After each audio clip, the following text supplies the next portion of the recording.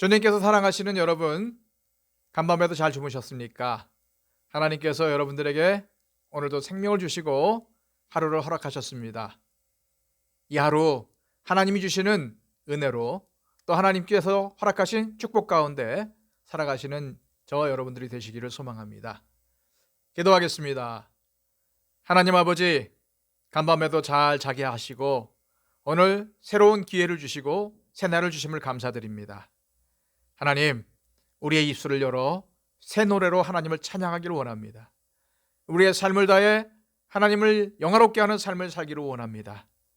오늘도 우리의 입술로 나오는 말과 우리의 몸으로 표현되는 모든 행동들 가운데 주님 파수꾼을 세워주셔서 주님의 영광을 가리거나 또한 많은 사람에게 상처를 주는 말과 행동을 하지 아니하도록 주님 우리의 삶을 절제하여 주옵소서.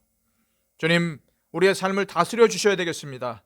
오늘도 왕 되신 하나님을 기억하며 날마다 그 하나님의 통치 가운데 살아가게 하여 주시고 내 인생 내 뜻대로 결정하는 것이 아니라 하나님께 모든 인도하심을 맡기는 우리의 삶이 되게 하여 주옵소서. 예수 그리스도의 이름으로 기도하옵나이다. 아멘. 다 함께 찬송가 383장 찬양 드립니다.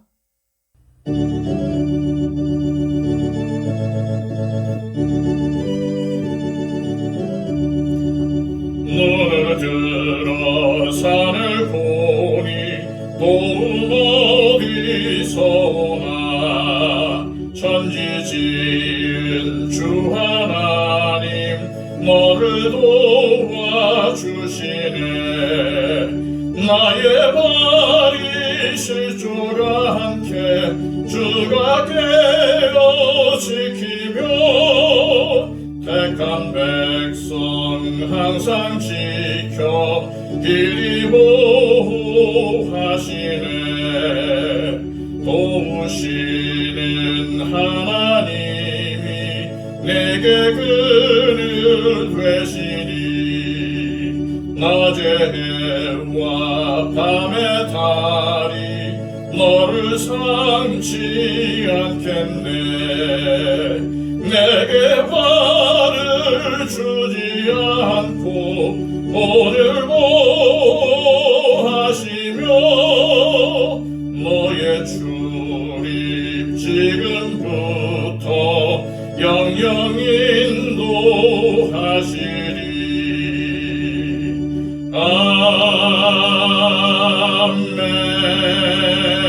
아멘. 이 시간 우리에게 주시는 하나님의 말씀은 구약성경 시편 146편의 말씀입니다. 구약성경 907쪽입니다. 할렐루야, 내 영혼아 여호와를 찬양하라. 나의 생전에 여호와를 찬양하며 나의 평생에 내 하나님을 찬송하리로다. 귀인들을 의지하지 말며 도울 힘이 없는 인생도 의지하지 말지니 그의 호흡이 끊어지면 흙으로 돌아가서 그날에 그의 생각이 소멸하리로다. 야곱의 하나님을 자기의 도움으로 삼으며 여호와 자기 하나님에게 자기의 소망을 두는 자는 복이 있도다. 여호와는 천지와 바다와 그 중에 만물을 지으시며 영원히 진실함을 지키시며 억눌린 사람들을 위해 정의로 심판하시며 줄인 자들에게 먹을 것을 주시는 이시로다. 여호와께서는 갇힌 자들에게 자유를 주시는도다. 여호와께서 맹인들의 눈을 여시며 여호와께서 비굴한 자들을 일으키시며 여호와께서 의인들을 사랑하시며 여호와께서 나그네들을 보호하시며 고아와 과부를 붙드시고 악인들의 길은 굽게 하시는도다. 시온아, 여호와는 영원히 다스리시고 네 하나님은 대대로 통치하시리로다. 할렐루야. 아멘. 시편 146편부터 시편 150편까지 5편의 시는 공통점이 있습니다. 그것은 바로 할렐루야로 시작하고 할렐루야로 마친다는 거죠. 그래서 이 시편들을 할렐루야 시라고 부르기도 합니다. 오늘 우리가 읽은 이 시편 146편에는 표제가 없어서 이 시가 기록된 배경을 알 수가 없지만 대부분의 학자들은 이 내용이 유한한 인간이 아니라 하나님만 의지할 것을 강조하고 있다는 점에서 바벨론 포로에서 돌아온 이후에 기록된 것으로 보고 있습니다. 이스라엘 백성들이 바벨론에서 70년 동안의 포로 생활을 한 후에 고향 땅으로 돌아온 기쁨은 이루 말할 수가 없었을 것입니다. 마치 인생의 밑바닥에서 살아서 돌아온 것과 같죠. 그래서 이스라엘 백성들은 할렐루야, 즉 하나님을 찬양하라 라고 외칠 수밖에 없는 것입니다. 시를 시작할 때도 할렐루야, 시를 마칠 때도 할렐루야로 마칩니다. 처음과 끝이 모두 할렐루야입니다. 그만큼 하나님의 은혜는 표현할 수가 없고, 그래서 하나님은 찬양받기 합당하신 분이시라는 의미입니다. 말은 한마디 한마디가 참 중요합니다. 왜요? 사람의 삶은 그 말하는 대로 이루어지기 때문이죠. 어떤 사람은 말을 할 때에 죽겠다로 시작해서 죽겠다로 끝납니다. 자신의 상황과 처지가 매우 힘들다는 뜻이겠죠. 이런 분들에게는 언제나 죽을 일들만이 일어나서 죽겠다라는 말이 끝나지 않게 됩니다. 왜요? 그에게는 모든 일이 다 힘들고 모든 인생이 다 괴롭기 때문이죠. 이스라엘 백성들이 고향에 돌아와 보니까 땅은 폐허가 되어 있습니다. 먹고 살기 어려운 상황입니다. 그러나 그 좌절되는 환경 속에서도 그들은 죽겠다가 아니라 할렐루야라고 외치고 있는 것입니다. 그들은 자신들의 좌절된 상황들만을 바라본 것이 아니라 자신들과 함께 하시고 자신들을 위로하시고 자신들을 인도하시는 하나님의 전능하신 손을 경험하고 깨달았던 것입니다. 그렇습니다. 우리의 삶의 최고의 순간은 바로 하나님을 알고 그 하나님의 도우심을 깨닫는 순간입니다. 그래서 1절과 2절에는 이렇게 기록이 되어 있어요. 할렐루야, 내 영혼아 여호와를 찬양하라. 나의 생전에 여호와를 찬양하며 나의 평생에 내 하나님을 찬송하리로다. 찬양하라. 이 말은 항상 명령형으로 표현이 됩니다. 하나님을 찬양하는 것이 우리 믿는 사람들에게는 마땅한 의무라는 뜻이죠. 하지만 하나님을 찬양한다는 것을 단순하게 생각해서는 안 됩니다. 오늘 시편의 기록자는 나의 생전에 하나님을 찬양하겠다고 합니다. 나의 생전에는 내가 살아있는 동안이라는 의미예요. 이는 살아있는 동안 계속적이고 반복적으로 하나님을 찬양하겠다는 것이며, 그 계속적이고 반복적인 찬양을 통해서 하나님이 어떠한 분이신지를 잘 알아가게 되는 것입니다. 이것을 통해 우리는 하나님의 뜻을 이루는 삶이 어떠한 삶인지를 잘 알게 되며 하나님의 시선이 어디에 있는지를 알아가게 됩니다.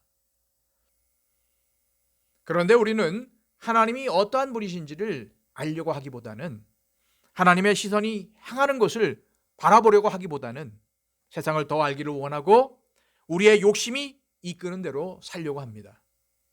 그러면서 세상 권력을 의지하려고 하지요. 그래서 3절과 4절은 이렇게 경고합니다. 귀인들을 의지하지 말며 도울 힘이 없는 인생도 의지하지 말지니 그의 호흡이 끊어지면 흙으로 돌아가서 그날에 그의 생각이 소멸하리로다. 오늘 말씀은 도울 힘이 없는 인생을 의지하지 말라고 합니다. 왜 사람을 의지하면 안 될까요? 사람은 서로를 구원할 수가 없기 때문입니다. 또한 아무리 부귀와 권력을 가진 귀인들이라 할지라도 결국은 죽게 마련이며, 그들의 계획도 그들의 가진 권력도 그들과 함께 소멸하기 때문입니다. 여기서 소멸이라는 말은 물거품이 된다는 뜻입니다. 즉 손에 쥘 수 있는 것 같지만 결국 잡을 수가 없다는 것이죠. 그래서 오늘 말씀은 우리가 누구에게 소망을 두어야 한다고 말씀하고 있습니까? 5절 말씀입니다. 야곱의 하나님을 자기의 도움으로 삼으며 여호와 자기 하나님에게 자기의 소망을 두는 자는 복이 있도다. 왜 하필 야곱의 하나님으로 하나님을 표현했을까요? 야곱이란 이름의 뜻은 발꿈치를 잡다라는 뜻입니다. 야곱은 그 이름대로 태어날 때부터 인생 자체가 무언가를 잡기 위해서 살았습니다. 자신의 이익과 욕심을 위해서 가족들을 속이기도 하고 속셈을 부리고 자신의 뜻과 욕심을 이루기 위해 무엇인가를 계속 잡으려고 노력하는 사람이 바로 이 야곱이었습니다. 그런데 이런 야곱의 모습이 바로 저와 여러분들의 모습일 수 있어요. 세상을 잡으려고, 사람을 잡으려고, 물질을 잡으려고, 권력을 잡으려고 밤새 수고하며 노력을 합니다. 누가복음 5장 5절 말씀에 보면은 시몬 베드로가 고기를 잡기 위해서 밤이 새도록 수고했지만 남은 것은 빈대와 빈 그물뿐이었습니다. 우리 역시도 삶에서 무언가를 잡기 위해서, 무언가를 움켜쥐기 위해서 밤새도록 수고합니다. 그러나 결국 남는 것은 빈 배, 빈 그물뿐인 것이 바로 우리의 현실입니다. 이로 인해서 우리의 마음은 상하고 슬프고 때로는 절망적일 수 있습니다. 움켜쥐고 싶지만 모든 것이 다 물거품입니다. 야곱이 야복나루에서 하나님의 사자와 씨름을 했는데 야곱은 그가 가지 못하도록 꽉 붙잡았습니다. 뼈가 어긋나는 힘든 상황 속에서도 야곱은 하나님의 사자를 놓지 않고 계속 붙잡았어요. 그때에 하나님께서 야곱에게 뭐라고 말씀하십니까? 이제부터 너의 이름은 야곱이 아니라 이스라엘이다. 야곱은 자신의 욕망을 이루기 위해서 세상의 것을 움켜쥐려고 했지만 힘들고 험악한 인생 가운데 야곱이 붙잡은 것은 결국 하나님이었습니다. 자기 인생을 걸고 주님께 매달리고 주님을 붙들고 사는 사람, 바로 이 사람이 야곱이고 이스라엘입니다. 세상의 것을 붙잡으려는 사람이 아니라 하나님을 붙들고 사는 사람, 이것이 바로 하나님께 소망을 두고 사는 사람인 것입니다. 그러나 더 중요한 것은 야곱이 하나님을 붙들기 전, 그보다 훨씬 먼저 하나님은 야곱을 택하시고 야곱을 사랑하셨습니다. 야곱이 붙들기 전에 하나님께서 먼저 야곱을 붙드셨어요. 그리고 그 야곱을 인도하셨습니다. 야곱의 시선은 늘 세상과 자신의 이익만을 바라보았고 세상의 것들을 움켜잡으려고 발버둥 치는 삶이었기에 자신을 붙들고 계시는 그 하나님의 손길을 바라보지 못했습니다. 그런 야곱이 하나님을 붙들었을 때에, 아니 하나님께서 전능하신 손으로 자신을 붙잡고 계신다는 사실을 깨달았을 때에 할렐루야가 속에서 넘쳐나는 것입니다.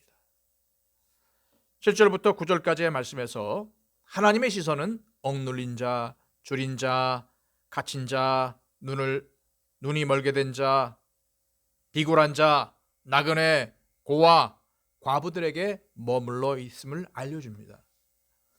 이들의 공통점은 혼자의 힘으로는 절대로 일어설 수 없는 절망에 빠진 사람들이라는 점입니다. 사실 이 모습은 다른 사람의 모습이 아니라 바로 저와 여러분들의 모습일 수 있습니다. 우리 역시도 어떤 어려운 상황 때문에 때로는 억눌리고 때로는 줄이고 갇히고 보는 것이 어렵고 삶이 구부러지고 외롭고 불이익을 당하기도 합니다. 그러나 우리가 강한 손으로 나를 붙들고 계시는 하나님을 깨닫고 할렐루야 찬양하며 하나님께 소망을 두면 우리가 당하는 어려운 상황으로 인해서 좌절하거나 낙망하지 않습니다. 그래서 기쁠 때나 슬플 때나 어떠한 상황이든 내 감정이 아닌 말씀으로 이 상황을 해석하게 만드는 습관을 길러줍니다. 또한 나보다 더 어렵고 힘든 사람들을 볼 때에 그들을 외면하는 것이 아니라 그들을 불쌍히 여기고 도와주게 되는 것이죠. 10절 말씀입니다. 시온아, 여호와는 영원히 다스리시고 네 하나님은 대대로 통치하시리로다. 할렐루야. 여기서 시온은 궁극적으로 하나님을 믿는 모든 성도들을 의미합니다. 바로 저와 여러분들이죠. 바로 우리를 향해서 오늘 말씀은 하나님의 영원한 통치를 선포하고 있습니다. 이 선포는 하나님께서 그 전능하신 손으로 나를 붙들어 주시고 나를 감싸 주시고 인도하시는 은혜, 광야의 길을 만드시고 사막의 강을 내시는 그 하나님의 인도하심입니다. 이 은혜가 우리의 삶에, 우리의 가정에, 우리의 일터에, 우리의 직장에, 우리가 발을 내디디는 모든 영역에 임하시기를 간절히 소망합니다. 이 시간 하나님 앞에 기도하시기를, 하나님, 나의 모든 삶을 주님께 맡겨드립니다. 주님은 나의 왕이십니다. 나를 다스려 주옵소서. 내 가정을 다스려 주옵소서. 내 일터를 다스려 주시옵소서. 내가 발디디는 모든 세상 주님 통치하여 주옵소서. 주님, 나의 삶의 왕자의 자리에 앉아있는 나를 내려놓게 하여 주시고 온전히 하나님을 나의 삶의 왕으로, 내 삶의 주인으로 받들기를 원합니다. 주님, 내 삶이 온전히 하나님만 따라 하나님께만 복종하고 하나님께만 순종하는 삶으로 살아가게 하여 주옵소서. 이 시간 이러한 고백의 기도를 하나님께 드렸으면 좋겠습니다. 교회를 위해 기도해 주시고요, 교회 안에 있는 모든 어려운 분들을 위해서 기도해 주시고요, 이 나라 이민족을 위해서, 또 이 땅의 평화를 위해서 기도해 주시기를 바랍니다. 기도하겠습니다.